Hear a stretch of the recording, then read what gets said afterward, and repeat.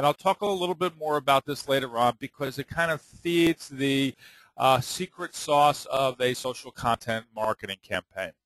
And the fourth reason the fourth thing that's measurable and a reason to really get focused on content marketing is that it can drive leads and referrals. And over the last year and a half, as we've worked with hundreds of local companies who have started and have been active in the social web and spoken to them, every one of them has a half a dozen to a dozen strong pieces of anecdotal evidence of how it helped their business, whether they got a new project or they sold a property or they got a listing or they got covered by a local newspaper or the local radio station picked them up. Whatever it might be, the viral benefits of their content marketing campaign had a measurable result for their business. For the social platforms that we develop for our clients, because we have over 1,000 of them, we don't leave it up to anecdotal evidence, and we build in lead gen activities like email captures, 800 numbers, and so forth, where activity can be captured out of it. And I'll go over more of that. The last thing I wanted to say before we just get off this introductory slide is I mentioned that I'm the founder also of WineZag, and one of the things that I've done is launched a social media brand that only lives in the social media space. I've written about wine. I've done it now for for a little over a year, and I've done it because wine is the only thing that I could think I can write about for any extended period of time because I can tolerate it and I know a little bit of something about it. So I use it as our lab, and I practice content strategies there, and we integrate them into our programs. And I also use it as a way to figure out how I can just build audience using content only. We test plugins and so forth. And the reason I'm mentioning it is I'm going to reference a little bit of this. And most of you on the phone are dialed in are from either real estate industry, the design industry, or the broader retail industry. And I just wanted to make reference of why I would raise something about wine.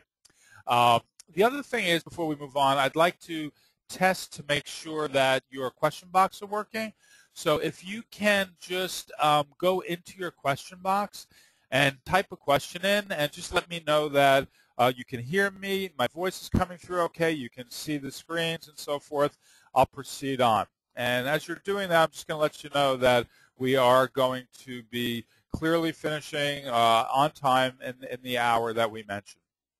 Terrific. I'm getting confirmations that I can be heard. And I'll assume that everybody is able to hear me. And good, that means your question boxes are working. I can see everybody. Fantastic. Okay, we'll move on. So one of the things that I just wanted to help everybody also get a picture of is really what's going on in terms of traffic and usage of the social web. And while there's a lot of talk and a lot of proof about all the people that are at the web, that have moved to the social platforms, the really interesting element for me is that people between the ages of 35 and 55 years old are making up the largest growth sector of social networks. And this is a recent study that was performed by Pingdom, which is a really good web tracking service, and they just did a little survey, and it was pretty profound, the results. Where they've discovered that the survey discovers that 25% of all social network users are between the ages of 35 to 44 years old, and that what was most interesting to me was that there's as many 45 to 54-year-olds hanging out on the social web as there are 25 to 34-year-olds, and there's as many 55 to 64-year-olds hanging out there as there are 18 to 24-year-olds. And the only place where there's really great disparity that brings the average user age down for social networks is in the under 17 group and the over 65. And they make up about 18% of the total social network demo base. But again, that's really where we're going to find the average age kind of coming down. And this is really the sweet spot right here for social networks. And you can see the average Facebook user was pegged at 44 years old. That's an important fact to also understand because, A, number one, that's highly accurate because Facebook, you must report your age when you sign up for Facebook. And B, Facebook is by far and away the largest social network out there. This is kind of a demonstration and a look at web traffic for 4 different sites over 2 years Over on the left is September '07. Over on the right is September '09. I've used this cut of time because it shows a very interesting dynamic. I'll show you more current traffic in a second. But each dot is a month over that span, representing unique visitors for the top two sites, which are Google and Yahoo. This site is Facebook, and the green line is Twitter. And you can see what's happened with Facebook, that right here around October of 2008, right up until just about a little less than a year, almost a year ago, Facebook had this exponential growth curve, and it occurred primarily in the over 35-year-old bracket. And that's what drove a very, very significant part of the age demo shift to an older age audience for social networks. And by this period of time, Facebook was the third most trafficked site on the web. And in that particular month, in September of '09, it drove 124 million visitors, and they made 2.3 billion visits, and they looked at 104 billion pages, and it's just a mind-blowing phenomenon of what's happening. It was one of the fastest-growing web audiences in the history of the web. Down here, the other really significant social platform, which obviously you can see does not have the scale and the pickup that Facebook has, but in our world of consumer marketing and business-to-business marketing, we feel it is the third leg of a really good, well-executed social content campaign, being the blog is the centerpiece, Facebook is the second part, and Twitter is the third.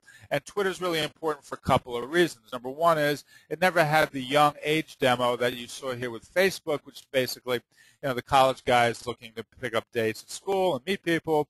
And one of the reasons is in a microblogging environment where the user interface is not as image-driven, that they never had the younger demo. Secondly is that this community, if you remember I mentioned earlier on, clicking on links is really important.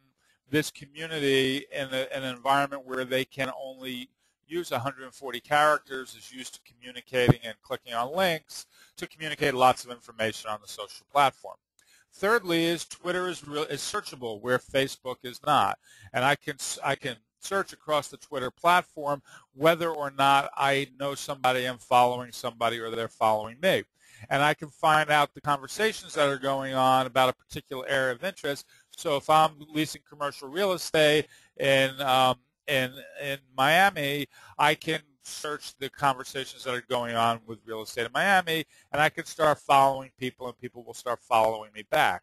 If I'm interested in what's going on in architecture in New England, I can have a regular feed and search of that, and I can establish a following around that. So it's really, really important to understand that value. The other thing is that back in October of last year, or November, I think it was, Twitter cut a deal with Google, and now all tweets are searchable in real time by Google. And that's a really profound step of integrating the social web and the Google web. One of the things about Facebook, as you probably all know, is that unless you make everything you're doing really, really public, which is an easy setting in Facebook, which most people don't do, the only people who can really see what you're talking about and what you're writing about and what you're sharing are the folks who are already connected with you. And you can't search across the Facebook platform and find out what people look for information and look for people who are talking about certain areas of interest. You can't do that in Facebook.